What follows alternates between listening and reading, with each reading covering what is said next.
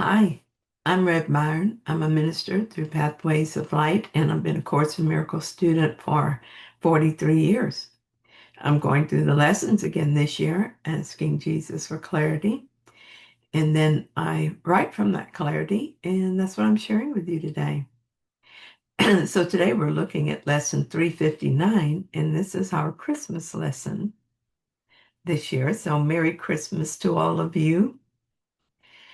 Um, okay, so he tells us in lesson 359, God's answer is some form of peace. All pain is healed, all misery replaced with joy, all prison doors are opened, and all sin is understood as merely a mistake. Father, today we will forgive your world and let creation be your own. We have misunderstood all things, but we have not made sinners of the holy sons of God. What you created sinless so abides forever and forever. Such are we. And we rejoice to learn that we have made mistakes which have no real effects on us. Sin is impossible, and on this fact, forgiveness rests upon a certain base more solid than the shadow world we see. Help us forgive, for we would be redeemed. Help us forgive, for we would be at peace. Our theme continues. God answers all prayers. His answers will always be some form of peace. Sometimes when I've gone to Him with a problem that has left me in fear or sadness, I receive comfort and peace, so I know that this is true. Other times when I have a problem in the world that needs a solution, I have received inspiration, and because I trust God's answer, I return to peace. Then I'm able to use that inspiration to solve the problem. It may be that the problem simply dissolves in the light of God's love. It doesn't matter what the problem seems to be, the peace of God answers it in a form I can understand. Forgiveness is always going to be the way I receive God's answer. I look at the world and all its present chaos and know it is a projection of the chaos in our minds. We thought we wanted to make a world different than God's world, and so now I must forgive what we have done and let it go. Once I let it go, God's world will be seen just as it has always existed. It was only covered up by our belief in sin. Once I've forgiven the belief that we have made sinners of the holy sons of God, we will remember that we are as God created us. We are sinless eternally. Without the belief in sin, there's no need for a belief in pain and suffering. Seen as innocent, we finish out this story in the peace of God. I used to think that I had to suddenly realize that the truth is true regardless of appearances to the contrary, and this just seemed to be impossible. But what I discovered is that taking one thought at a time, I could easily, or at least eventually, forgive what I saw. I've proved this through forgiving my relationships with my husband. Each time, each time a judgment came up, I forgave it. If I didn't forgive it right away, then I forgave it again and again until the memory of it no longer caused a reaction in me.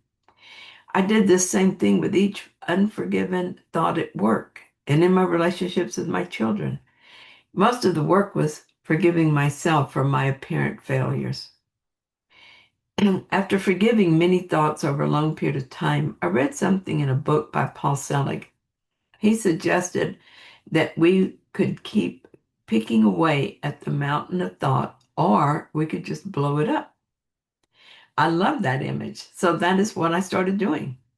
I saw that forgiving a judgmental thought about something that happened at work, about acting unkindly toward a friend, or about being endangered in some way was just the belief that we could be guilty. Boom. Forgive that belief, and all those thoughts go at once. I learned to quickly identify thoughts by the belief that they represented. There are only a few root beliefs. So the whole process became easier and felt faster. In the end, the only problem to be solved is a belief that separation exists and that we are guilty for believing in it. It took a lot of small steps to get to this understanding, and still, I must continue to forgive until I accept that there's nothing to forgive. There never was. Now I've learned to love the truth. There is no world. We are eternally as God created us, whole, complete, pure. We are always innocent, regardless of what happens in our fevered imagination. Everything the body senses report to us is just part of the illusion and has no meaning and no effect on us. Even when the body seems to be in pain, I'm learning to trust that my true self remains safely held in God, untouched by what the senses report. Of course I am. I forgive the dream and I wake up. It is that simple, even if I tell myself that it's hard. Nowadays, if I suffer, it's because I'm pretending not to notice my thoughts and beliefs. I will likely pull myself out of this fugue state pretty quickly because I have learned to appreciate peace. If I seem unable to forgive, then I ask for help because that is what I really want. I want it more than I want to be right. I ask for help, returning to my right mind that isn't so insane as to believe that suffering is a small price to pay for the right to be wrong. And it takes a while to reach peace. I take that time. It's the only good use of time, and I'm not guilty for using it that way. I'm not guilty for falling for the ego's perspective again. And I'm not guilty for the seeming betrayal of myself for the sonship and even for God. There is no world and no bodies to act within a world. So how could I be guilty? How could I be guilty of something that isn't actually happening? Through forgiveness, I am redeemed and I am at peace. Thank you so much for spending this time with me this Christmas morning. I'll be back soon with another reading. See you then.